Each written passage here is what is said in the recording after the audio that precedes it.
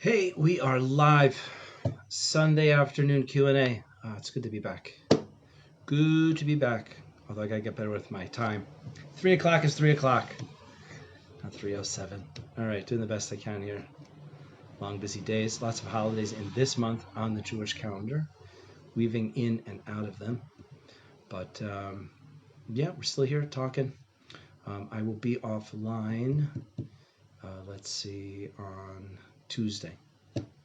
So that's that. All right, let's see who is trying to chime in, connect in, get connected. See what the good deal is. What's the word? Yeah. All right. So this is a topic that comes up a lot. There's a lot to it. Let's get into it. Hi, Mary. So there's a lot to it, and that's turning assumptions into questions. So, yeah, have a welcome. So let's see where to start on this one. I find myself very often, hi Erica, welcome. So I find myself often reminding people that you don't have to be a mind reader.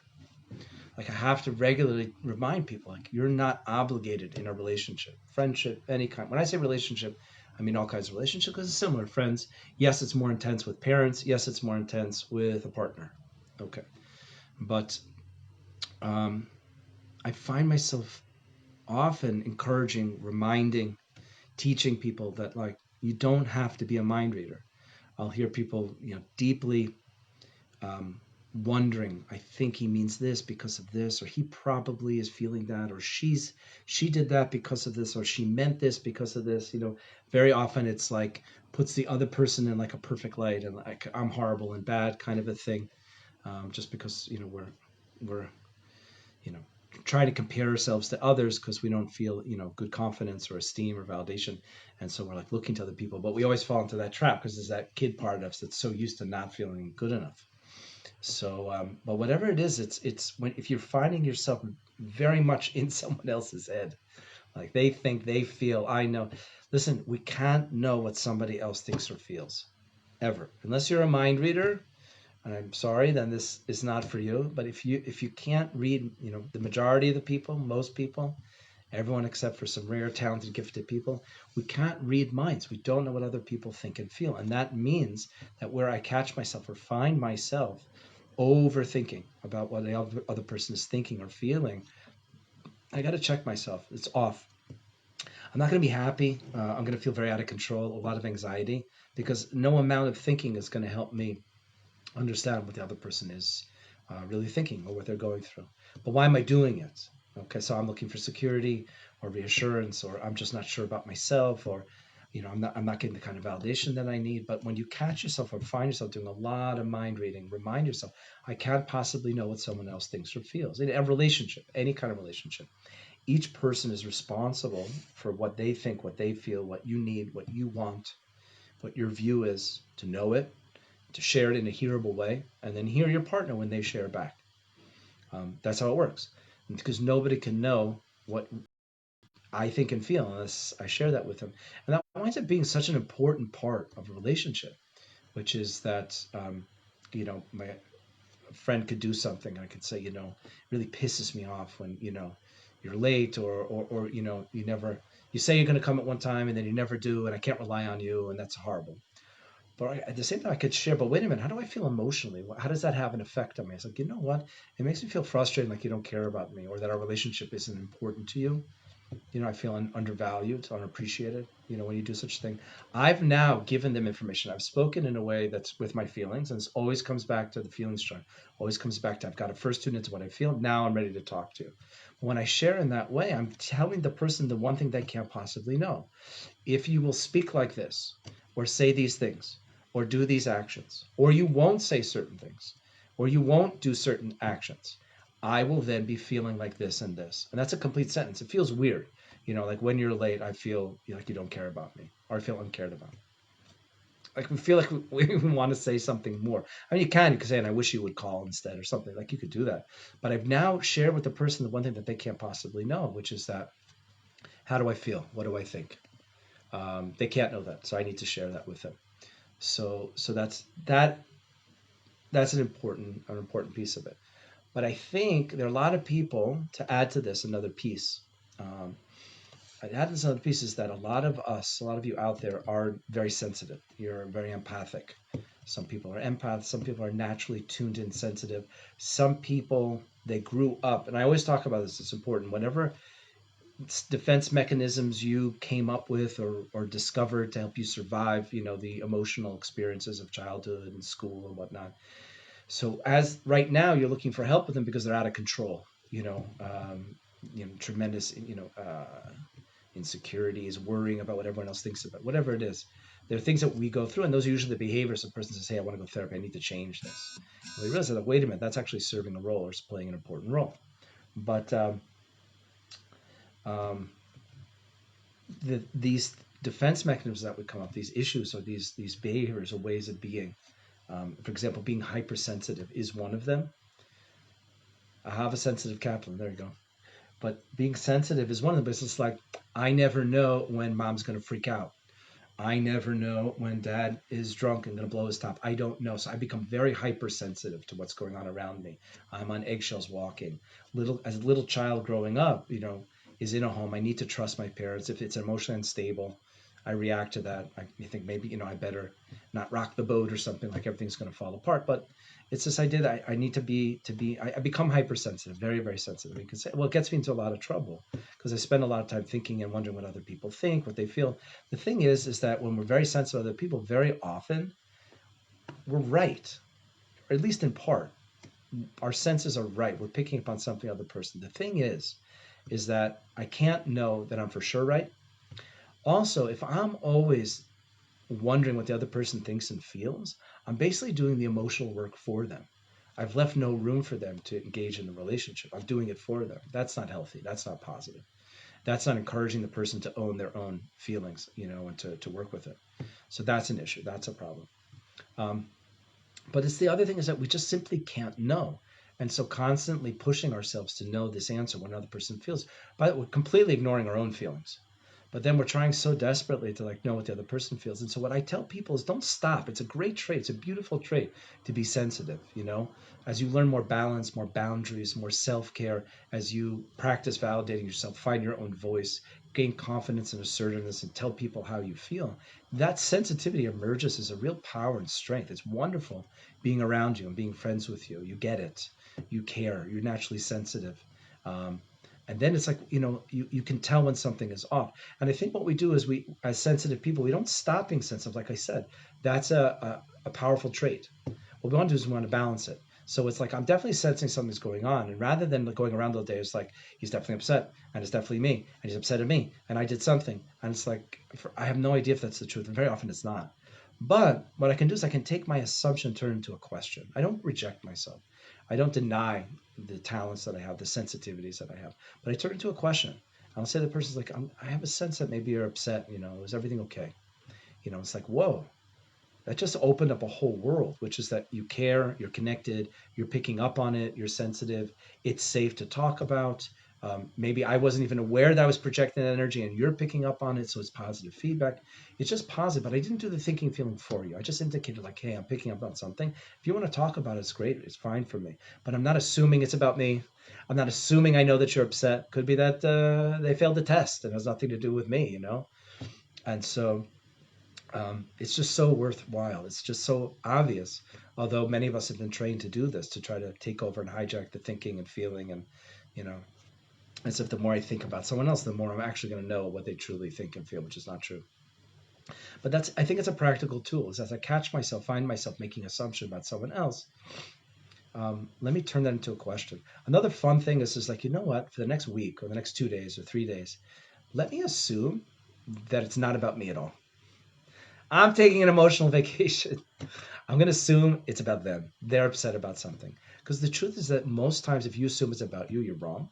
And most times if you assume it's about them and what they're going through, you're right. And if it is those few cases where they're upset about something that's going on with you, okay, maybe they'll share about it. But try that out, the two of them together. Turning my assumptions like, no, I don't know what you think or feel, but I'm picking up on something. Let me turn to a question. Hey, I wonder if everything's okay. Are you upset with me or what are you feeling? But this other idea is to let me take A blame vacation, an emotional vacation. I'm not going to blame myself. I'm not going to assume that it has to do with me. So those are two practical ideas, but it's coming from a great place, and we need to learn, creative and effective ways to use our sensitivity. And I think that it makes for great friends and great partners. People are sensitive. It's easy to talk about topics, to feel understood. It's very powerful. But we've got to free ourselves from this. We're not obligated to do the thinking and feeling for anybody else. They are. If they want to share, we'll feel it, and we'll be with them, and we'll tune into what they have to say, and we'll connect. But that's their work, their job. We only hurt a relationship when we're doing the thinking and feeling for them. It's not positive. It also drives us nuts, because how could you not feel massive anxiety? I'm trying to know why he did what he did, why she said what she said, but I could never know. No amount of thinking is going to do it. Yet we think and think and think, desperately trying to control something that's beyond our control, instead of saying, you know what, I'm not obligated, but I would like to know. So let me ask. What's more uncomfortable? All day long assuming that person is upset at me and trying to rack my brains why, and feeling anxious, and my whole day is hijacked and I'm not able to do anything else. That discomfort versus like, let me just ask them, which, okay, it's uncomfortable, but wouldn't it be nicer to just know? And most of the time, I'm telling you, it's like 9 times out of 10. You tell me your experience. I think 9 times out of 10 we're wrong. It's not about us at all. It's really about them. So I think it's a great technique to use and to tune into, that you do not have to be a mind reader. You are not obligated to be a mind reader to have a successful and effective relationship. Where's my charger? Not obligated at all. And if you find yourself doing it or catch yourself doing it, allow yourself to, okay, wait a minute, I got to check out what's going on here. It's not necessary. It's not effective. All right, let me catch up on comments. Mary. Okay, Mary, I think I hear you, and I think on one hand, you have a hunch, that you're avoiding people. You have a sense. I think that that's a positive. I think one of the most important things is to learn to trust our feelings and our sense. When you're around people, right now, you could sit and think about somebody that when you're with them, you feel safe, secure, loved, wanted, welcome to be yourself. You know what that feels like. You also know other people where you do not feel that way with them. And now this is your gauge. As I am talking to people, I'm around people, which of the two am I feeling like, and to trust them. So if you're around somebody, and you're getting your hunch is a feeling or a sense, something's not safe. What is it? Are they actually saying or not saying something, doing, not doing something, or it's just a certain overall sense? You can trust that. You don't have to reject them, though. That's the thing. I don't know that you necessarily have to reject them. If you haven't learned how to keep yourself safe while still engaging, so that's something I've mentioned before, we can talk about it.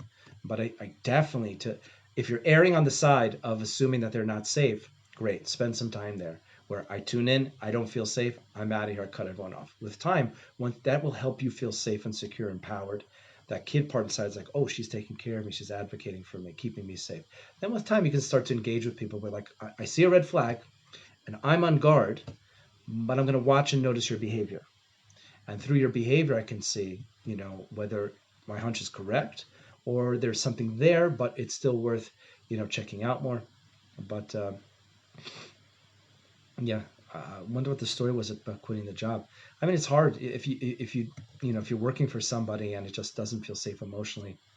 It's difficult. I don't know. It's definitely worth talking about. Definitely something you can message me about. But you already quit the job, so. But I'm telling you, if you have, as you're working on this, most of us didn't trust our instincts, didn't listen to our own voice, put other people first. So that's an extreme. Selflessness, everyone else first, we get hurt. So next time, to change that, I can't just move a little bit, like I'm going to practice a little self-care. I got to go the opposite extreme. I'm going to have to spend some time where I trust my voice all the time, and I trust my instincts all the time. And I will run the risk of getting it wrong and cutting out somebody that potentially is good, as I'm learning how to have a balance between the two that works for me. So yeah, Mary, I don't know exactly where you're holding in that, but it's a good point, and there's plenty to talk about that, and that's a good start, and you can add to the comments. Let's see what else is here. Right, Tara, totally. Like, when we're imagining somebody is feeling something towards us, you're 100%. It's all of our own inner insecurities, doubts, worries projected onto that other person. We just assume it, and that's why we always lose when we compare ourselves to others. When we start making assumptions, I picked up on a certain vibe, must be they're upset, it has to do with me. We take all of our inner angst, our worries, our fears, our insecurities, our personal doubts, and we just project it onto that other person. It doesn't make it right. And most times it's not right. But then we've driven ourselves crazy and nuts, and we're like totally depressed now and anxious. It's not necessary. But many of us have done this, it's part of these defense mechanisms that we've learned. But you're 100% right, is that we're, like you said, filling in the blanks. It's a screen. Why is it called projection? It's like a projector putting it onto the screen. What's on the screen? Not the screen stuff. It's my own stuff going onto that screen. That's what I'm projecting onto the person. So, right, Mary, it's usually never about us. So, okay, Mary, it says that you said you did the job as long as you got, look, again, you win. You practiced tuning into what you feel. It didn't feel safe, and you left. You can't lose in that way. You just can't. Like, yeah, okay, I left a relationship. Maybe it could have worked or not. I don't know. I left the job. I wasn't being treated well. I had a bad feeling, a bad sense. Okay, I tuned into me. I listened to my instincts. I was in touch with myself. I was aware of what I felt, and I took action on it. You can't ever lose doing that. I don't think so. I mean, you want to tell me a situation where you could lose. I just think you're building up that sense of, what did you come away with? Well, I missed out on a job that maybe I could have made it work. Our relationship, maybe I could have made it work. It's not a guarantee. But what's for sure is I just trusted myself. I just did a workout in the gym of self-practicing trust, hearing myself, believing myself. That's in the books. I did it. Me and myself are now that much closer. So it's always a win. But we don't want to stay there. With time, we want to find a balance between being open to people, and being willing to form trust, and at the same time being on guard and having people earn our trust. It's about a balance. And the thing is, I guess I wish it was black and white, but at the same time, it's not. It's that everyone has to find that balance that works best for them. So don't feel guilt. Let's talk about guilt for a second. This is one of my favorite lines. Guilt means, really? Why do you feel guilty? Because you were never allowed to feel or tune into your own feelings when you were a kid. And so anytime you notice your own feelings, do something for yourself, practice self-care, oh, I feel so guilty. Why? Because I was told this is something, I got the sense it was bad for me to have feelings, needs, and wants. Let's do away with that. Guilt, now let's reassociate guilt. Guilt is associated with bad, stop, don't do what you're doing. We're going to reassociate it. Guilt now means, and you'll hear this, but you'll need to practice it. Guilt now means you're going in the right direction, please continue. Again, guilt now means you're going in the right direction, please continue. You're doing something for you. You're tuning into, as Mary is saying, I'm aware of not feeling safe over here. So I'm going to take action on it. I should feel guilty. Well, I might, meaning I'm actually doing something for me. So, yeah.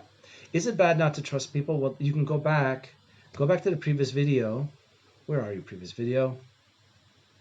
Ha ha ha. Was it last week? I think it might be last Sunday's video. Carol, check out last Sunday's video where we talk about people are untrustworthy until proven trustworthy, and I think it's totally fine. When you've been very hurt, it's okay to take that approach of I want to fully trust people and be vulnerable with them, but I've got to learn how to vet them more properly and have boundaries. And so I'm going to allow people to show me that they earn a place in my life. And in response, I'll give, or maybe I'll give a bit and see how they respond. I need to see the behaviors. It's the only way to really know someone is trustworthy. It's easy to say the words. We need to see the actions, and consistently. And so where I'm going to give it a little trust and I see how they react, and if they act in a way that, again, encourages me to be myself and I feel safe, well, then I can give a little bit more. And so I think it's that combination. And again, have that experience of, okay, I don't trust anybody. I'm keeping myself safe. Now you have to earn a place in my life. It's also very validating. My time, my feelings, my emotion, my life is very worthwhile and valid. And you need to earn a place in it. So that's in last week's video. Check it out. I think you'll like it. Let's see. It doesn't really like scroll well. It just like goes flying all the way to the end of the scrolling. I'm on an Android. Okay.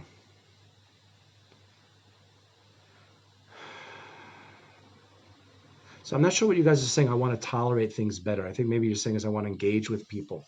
And at the same time keep myself safe. And I talked about it last week's video, but err on the side of getting it wrong, but you're listening to your voice until you get confident. I'm allowed to take care of me. I count. I matter. I'm practicing that. I'm treating myself that way. I hear my voice. I'm aware of what I think and feel.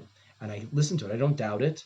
And I'm not running around desperate for someone. Can you hear me and validate this so I can feel okay to feel it? No, that was 2 weeks ago video, which is that I don't need you to validate or understand what I'm feeling in order for me to feel okay to feel what I feel. It's like the longest title I ever came up with. This idea, like running after people. Can you validate? No, no, no, no, no. I know what I feel. I know what I need. And so I think you can err on that side of maybe getting it wrong, but I listened to me. I tuned into me. And that's part of the way. I think 2 weeks ago's video is very much how do I engage with people but keep myself safe, right? In the past, I would engage, be vulnerable, give everything away, and people took advantage and I got hurt. Okay. Now I'm at the opposite. See, it's always extremes until I find a balance point. I'm always talking about extremes. And so if you're struggling with something, it's because you're too far to an extreme. The only way to find a balance point that works for you, because there's no same balance point for everyone, but you're going to need to spend some time at the other extreme. You're incredibly selfless. You never think about yourself. You're going to need to spend some time in selfish land. What does it feel like? Just what does that look like? Let me just spend some time hanging out there. That's what that feels like. Okay, so it's like a wall. I've got this wall, and now I use that wall. Okay, now I can find the middle point of the room. It's somewhere in between. Okay, fine. It's the same thing with the extremes. And so I talked about it 2 weeks ago was this idea, how do I engage with people and yet keep myself safe? And so we started an extreme of giving away to everybody, vulnerable to everybody. And then a lot of people moved to a place of like, screw it, I'm going to be alone. That's it. Keep myself safe. And it works. You're definitely safe. You're just alone. So how do I now engage with people, but at the same time keep myself safe? People are untrustworthy until proven trustworthy. That's one way to do it. Validating yourself such that you count, you matter, you're allowed to feel, and then you express yourself with confidence and assertiveness because you're validating yourself. That's another way to engage and yet keep yourself safe. Speak up like, hey, I don't like that. Using the feelings chart, building up your validation, and then you have the feelings word. When you do this, I feel unsupported and I wish instead you do something else. And the person listens and you build a relationship. The person doesn't listen and you say bye-bye. So these are ways in which I think that's what you're saying, that edge. I think it's about, how do I engage and keep myself safe? If not, let me know and we'll keep talking about it. So Mary, you're growing, which is that, it was all black, now it's all white. There's a gray in between that only you get to determine. And when you're ready, you can start to engage with that. And the past has been painful, but it can no longer hurt you. Our pasts are archives that belong to us, and it's loaded with relationships. And in those relationships were things that we liked, enjoyed, want, need is good. We know what it feels like. And there's also plenty don't like, don't want, don't need is not good for me. It's not just theoretical.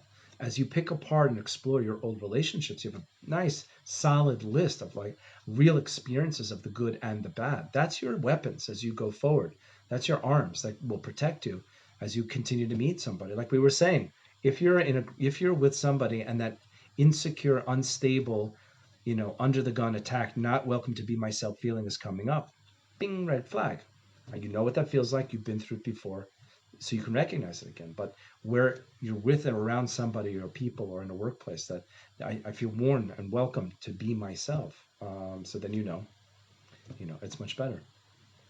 So I think, I hear you, Mary. People can suck. And I think that's the idea, that people are not trustworthy until they prove themselves to be trustworthy. And you can go to the bank with that one. You count, you matter, you're awesome. You have so much to give. The people who are in your life are lucky and they enjoy so much, but it has to be earned. Has to be earned. And so, yes, most people on the planet are not a match, not as a friend, a colleague, not as a partner. They're just not a match. And as soon as you see it or sense that discomfort, I'm going to reject you, you reject me. We're not a good match. Let's get on with it. We're not a good match for each other. Let's move on. But then to allow in the few, in life, if you've got a few good friends that are trusting and trustworthy, and a partner, and you're able to communicate and talk and hear each other, and both of you are working on yourselves, and both of you take, responsibility for your contribution to things, both with friends and partners, that's a big behavior to see. Is it all blame or is it contribution? Is the person pointing out something I do that frustrates them, and at the same time owning and acknowledging something that they themselves do? If you do, then you've got what to work with. And so I hear you. Say that people suck. Keep yourself safe, but then find a balance that works for you. Because eventually it's like, well, if I keep knocking out everybody, I'm alone. But I think you're way more powerful than you give yourself credit for. I think you're way more talented and capable. And perhaps it'll take time to get to know that. But all of our past experiences make us wiser and stronger if we have the courage to pick them apart, to explore it, dissect it. What worked, what didn't work, what did I like, what did I not like? Great, now I'm armed with important information as I go ahead and I meet other people. That's the story. Anyway, so again, to repeat the points here is about assumptions, turning your assumptions into questions. You're not bad because you're sensitive, but you're not obligated to be a mind reader. You can't know what someone else thinks or feels. They can't know what you think or feel unless you tell them. You can't know what they think or feel. No amount of thinking is going to make it clear to you. Ask them, or turn your assumption. You're definitely upset and mad at me into, hey, I'm getting the sense that you're upset. Is everything okay? Did I do something? That's all. But free yourself from that unnecessary burden that's always about you. And that was the other idea, was maybe take an emotional vacation in which it's like, okay, for the next 3 days, it's not me at all. That face he's making, it's him. She looks upset, it's her issue. What a break, right? What a nice vacation. I will not assume it's me for 2-3 days. I'm going to assume it's them. So those two things come together. Anyway, thanks for being here. And I'm glad we're building up an archive of questions such that you can go back. There's a lot of value here. And I would really appreciate your support to help me do more. I'm working all day long with clients, and I have so much to share. And this is a unique experience. You get to kind of like hang out with a therapist without actually having to do your own therapy. And so that's what this group is about. It's about a bunch of people who want to grow. Many of you have started and then worked with me privately as you got ready. Other people are growing, without it, but it's unique. I'm bringing information based upon years of experience doing therapy. I'm now doing therapy online with the BetterHelp platform. So I'm literally working with people around the globe. So many interesting, similar parallels, just adult self, child self, validations, like over and over again, whatever the continent. So, but I want to share that. I think that's the value that I bring. Everything I'm sharing with you today are things I share with clients and work with clients and have clients successfully implement in their life. And I want to help you implement it in yours. So please be a supporter and help this continue. Patreon is the platform we use. It's very simple, small micro monthly donations, $3 a month, $5 a month, $10 a month. Each level gets you more access to me, like asking private questions.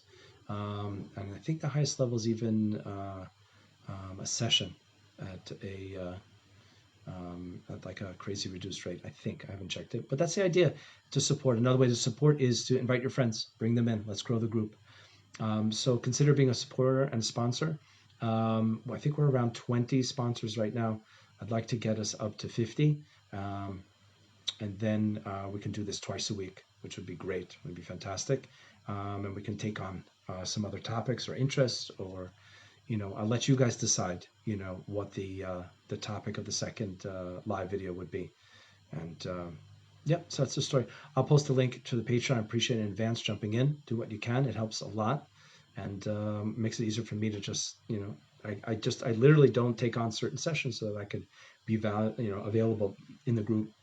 I try to respond in the comments and make daily posts. And again, all of it is based upon actual real work that I'm doing. So it's not just, theoretical stuff, but it's such a pleasure to be able to kind of share these ideas in an open format, because I see that they work, and I see what people are really going through, and I see what they need in order to grow. And that's what Relationship Masters is about, is helping you do the inner change work and growth that you need in order to change your relationship with yourself, your inner kid, that automatically then translates into an improved relationship with everyone around you. So awesome, Alva. Let me know how it goes. Jump in, try it, use the comments. And those of you who are the sponsors already, I appreciate you jumping in early. Makes a difference. And those who are not yet, jump in. Come on. If you're enjoying it and getting value, I think you'll get even more value by feeling like you're participating, helping support the group and keeping it going, both in terms of your comments and posts and also being a sponsor. Small amounts all add up. That's why I did it that way. Is if everyone gives a little something, we're all a family and a community together. And so all collectively, we pay for it to make it happen. So that's my pitch. I need to do it. But anyway, I'm happy you're here. Glad you're here. Keep going, keep growing, and we'll talk more soon.